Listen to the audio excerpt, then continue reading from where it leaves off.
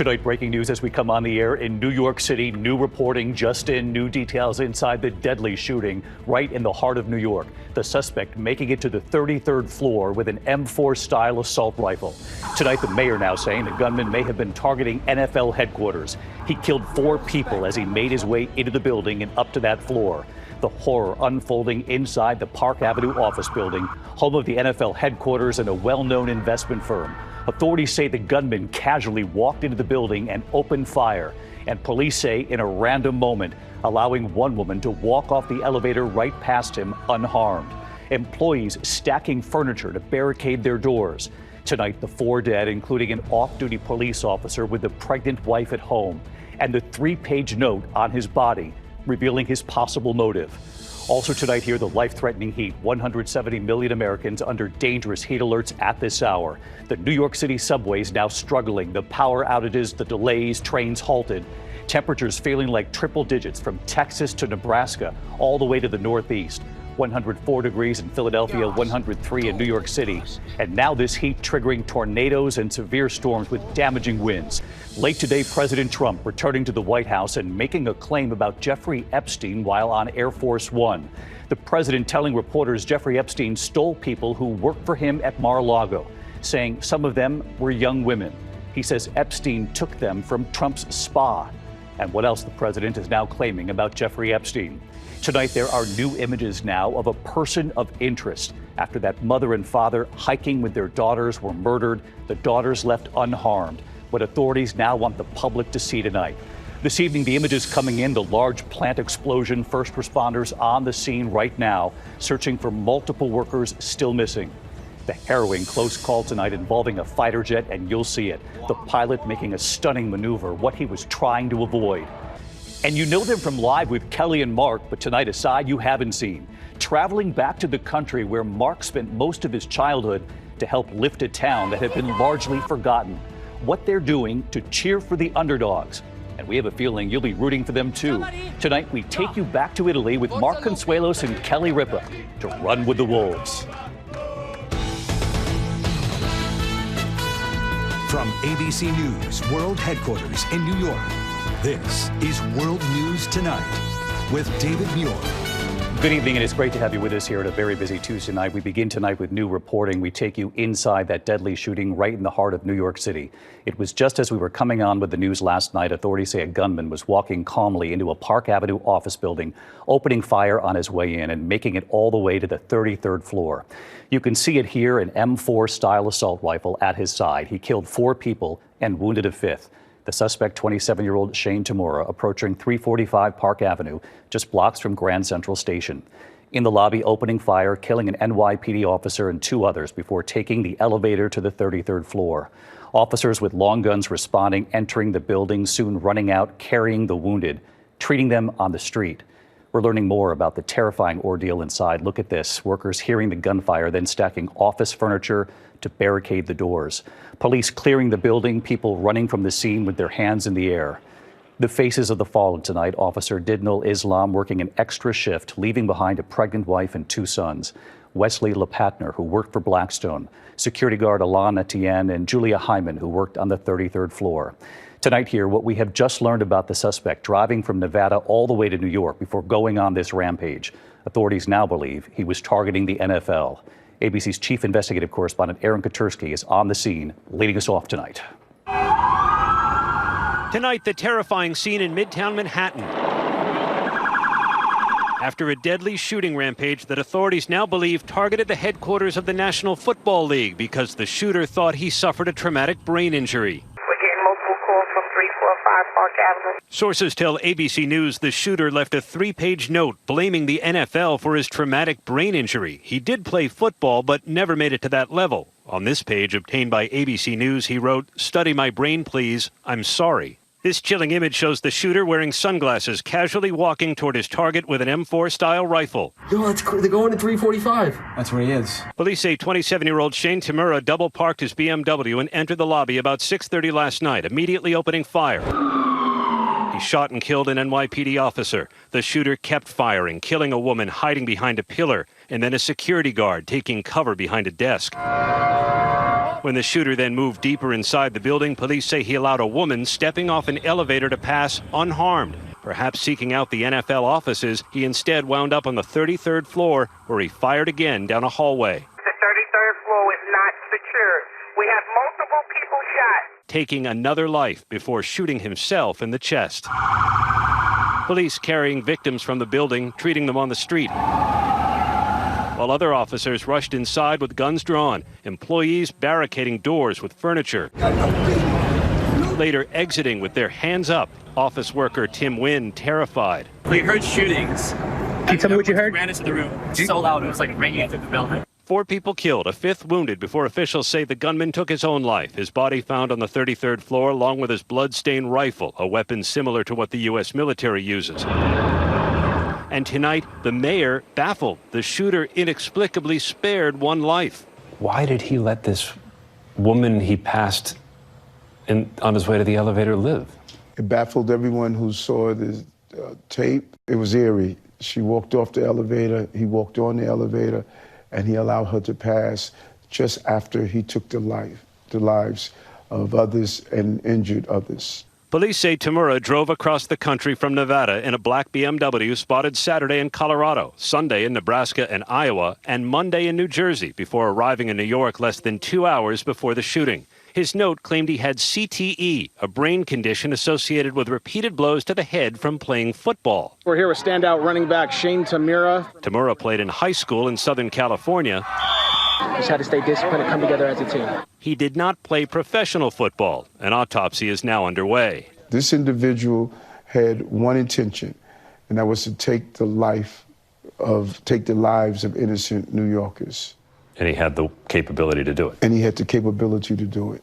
Police said the shooter had a documented mental health history, and when officers searched the car, they said they found medication along with a legally purchased .357 caliber revolver, ammunition, and 2 cell phones. This is the gated subdivision here in Las Vegas where the shooter lived about 20 minutes from the Las Vegas Strip. In 2022, he received a concealed carry permit. That same year was the first of at least 2 calls for a person in mental health distress. Tonight, the NYPD is sending detectives to Las Vegas to determine how the shooter obtained the gun used in the attack. Sources say a co-worker at the Horseshoe Casino, where Tamura works security, purchased a piece of the rifle. Records show Tamura was arrested and charged with trespassing in 2023, but the charges were later dropped. Tonight, we're learning more about his victims. The NYPD mourning officer Didnul Islam on the force 3.5 years, who leaves behind a pregnant wife and 2 sons. He was doing the job that we asked him to do. He died as he lived, a hero. Security guard Alain Etienne, his family writing, he was more than a brother, he was a father, a son, and a light in our lives. Julia Hyman, a graduate of Cornell, remembered as an extraordinary student. She worked on the 33rd floor. Wesley LePatner, an executive at the investment firm Blackstone, also headquartered at 345 Park Avenue, was a mother of 2. She's remembered as brilliant, passionate, warm, generous, and deeply respected. It was 24 hours ago right here, David. The shooter, armed with his high-powered rifle, entered this building and opened fire, killing 4 people, while horrified workers began stacking sofas and office furniture to block the doors. When we spoke to the mayor tonight, David, he called this an intentional, sick, twisted act of violence. David? There's a harrowing image of what they did to try to protect themselves. Aaron, thank you. There was yet another developing story as we're on the air tonight, and for late details, here's Juju Chang. David, late-breaking news tonight. A massive 8.7 magnitude earthquake rocking the coast of Russia, sparking urgent tsunami warnings for Hawaii and Alaska's Aleutian Islands. Authorities urging residents to seek higher ground. The entire West Coast on watch, including Washington, Oregon, California. The tsunami watch is at the lowest level, but it's still unclear how high those waves may reach. Video just in showing boats in the waters off Hokkaido, Japan. That island also bracing. Once again, David, putting millions on alert. David? Juju, thanks. Turn tonight to severe storms and this life-threatening heat. 170 million Americans on alert. Tomorrow, it'll feel like 104 degrees in Philadelphia, 103 in New York City. And tonight, some of New York City's subways overcome by the 100-degree heat index, a power outage shutting down multiple lines. ABC's Mola Lenghi right here in New York. Tonight, unrelenting heat straining the power grid, taking a toll on the nation's largest transit system. We are talking about trouble across nearly the entire alphabet of subway lines. The New York City subway hit with massive delays from a power outage during the morning commute. Passengers sweltering on platforms. At this point, it would appear that the heat stressed the system a bit. The dome of extreme heat spreading south and east. Savannah felt like 113 degrees, even hotter than yesterday. Our Victor Oquendo is there. They have seen it all here in Savannah over the last 24 hours. Emergency crews responding to calls of people fainting, cramping up, heat exhaustion, and heat stroke. In Orlando, volunteers for Meals on Wheels, delivering food to the elderly while keeping a watchful eye. We'll look for disorientation, just the inability to carry on conversation. Heat fueling storms again overnight, spawning this massive tornado near Dixon, South Dakota. Well, David, today it felt like 100 degrees here in New York City. Heat alerts are in effect for Philly, New York, and Boston again tomorrow, and heat index values could hit 104, David. Mola Lenghi with us here tonight. Mola, thank you. And President Trump, while returning to the White House on Air Force One late today, making a claim about Jeffrey Epstein. The president now telling reporters that Jeffrey Epstein stole people who worked for him at Mar-a-Lago, saying some of them were young women and that some were from Trump's spa. Here's Rachel Scott. Tonight, traveling back from Scotland on Air Force One, President Trump telling reporters sex offender Jeffrey Epstein, quote, took people who worked for me at his Mar-a-Lago resort, acknowledging some of them were young women. He took people, and because he took people, I said, don't do it anymore. You know, they work for me. And he took, beyond that, he took some others. And once he did that, that was the end of him. I didn't like, when they steal people, I don't like it. Reporters then asking about those workers. Were some of them young women? Well, I don't want to say, but everyone knows the people that were taken. And it was the concept of taking people that work for me is bad. But that story's been pretty well out there. And the answer is yes, they were. Yes, they were young women? What did they do? In the spa.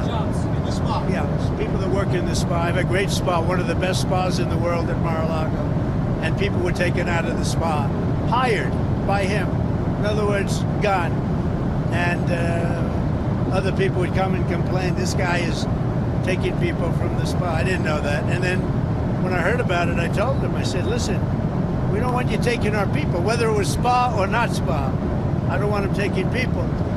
And he was fine. And then not too long after that, he did it again. And I said, out of here. Trump then asked if one of those young women was Virginia Giuffre, who claimed Epstein's companion, Ghislaine Maxwell, recruited her at Trump's spa when she was just 16, taking her away from Mar-a-Lago and sex trafficking her to Epstein, and later allegedly to Britain's Prince Andrew. Maxwell denies that happened. Giuffre later sued Prince Andrew for sexual assault. He consistently denied her claims, but later settled the case without admitting wrongdoing. She died by suicide earlier this year. Mr. President, did one of those stolen, persons, that include Virginia Jeffrey? I don't know. I think she worked at the spa. I think so. I think that was one of the people. Yeah. He stole her.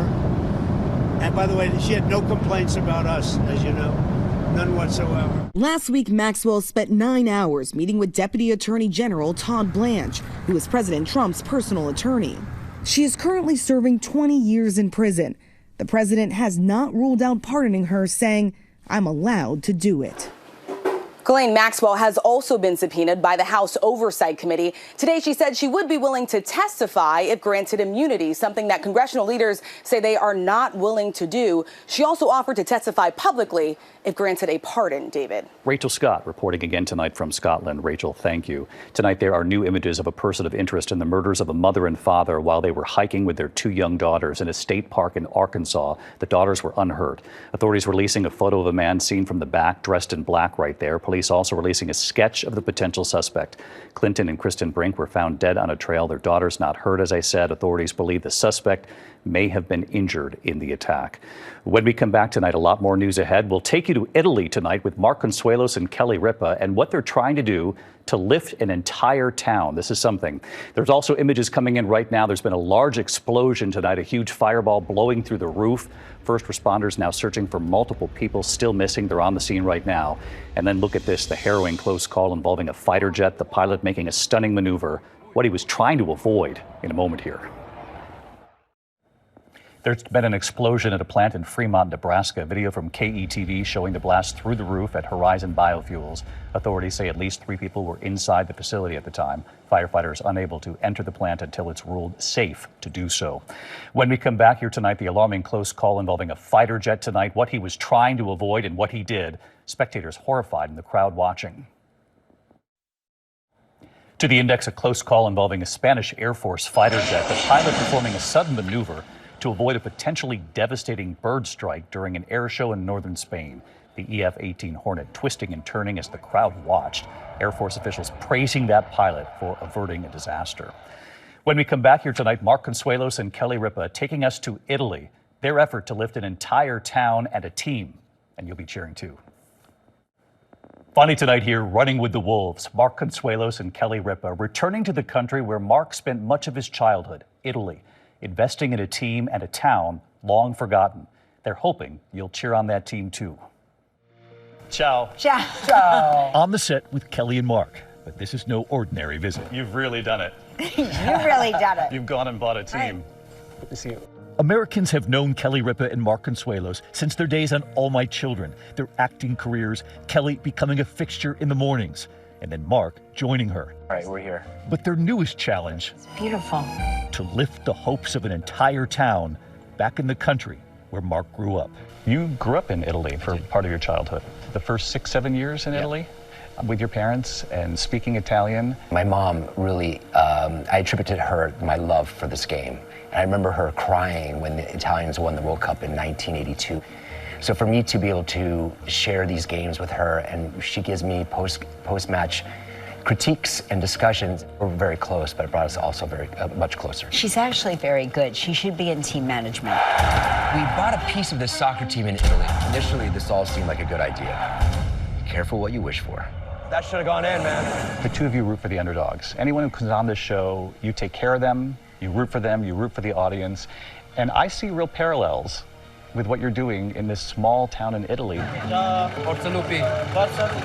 We've always viewed ourselves as underdogs as well, you know, on the other side of the rope a little bit. We love that about us. And It's how we all found each other, I mean, really. And this town in this little-known region of Italy, often forgotten, was in danger of losing their football club that they've had over 100 years. In Italy, football is everything. Everything. The team is Campobasso, formed in 1919. The last time they soared was back in the 80s, then largely forgotten. The townspeople there cannot believe Mark and Kelly are now there because they believe in them. I just want to be a lucky charm. I don't want to be an unlucky charm. Un grande onore stare qui con voi. The dream in the eyes of the children. When you watch those moments of Mark walking through that town, when they saw this is the guy who believes in us again, and the Nonas from the balconies waving down to you. It's so amazing. It must have been incredible. It's incredible for them. They've given players who were once stars a second chance. And it's not just the players they believe in. Even the guy who takes care of the pitch. He's very particular. There's a moment where you're flat out on the pitch. This is like my dream. You must feel sort of the weight of the connection now, this town 4,000 miles away. The weight is an honor. It really, really is. Oh, thank you so much. Say hi to Kelly for me. People have been fans for 40, 50 years, come up to you and say thank you. And then conversely, see the little kids who are just now like wearing the jerseys and having something to root for. It's not work. Again, it's an honor. And we really want to win for them. Yeah. Obviously we want to win, but we really want to win for the town. Well, anyone who knows the two of you, they're going to win. Well, they're going to keep winning. How are you on the pitch? We're recruiting. I can take care of the pitch, maybe. Running with the Wolves premieres tonight and Thursday night, 7 p.m. Eastern on ESPN. You can then stream it on ESPN+. Go Wolves. Good night. David Muir, the most watched newscast in America. And now, ABC's World News Tonight has won the Emmy for Best Live News Program for the third year in a row.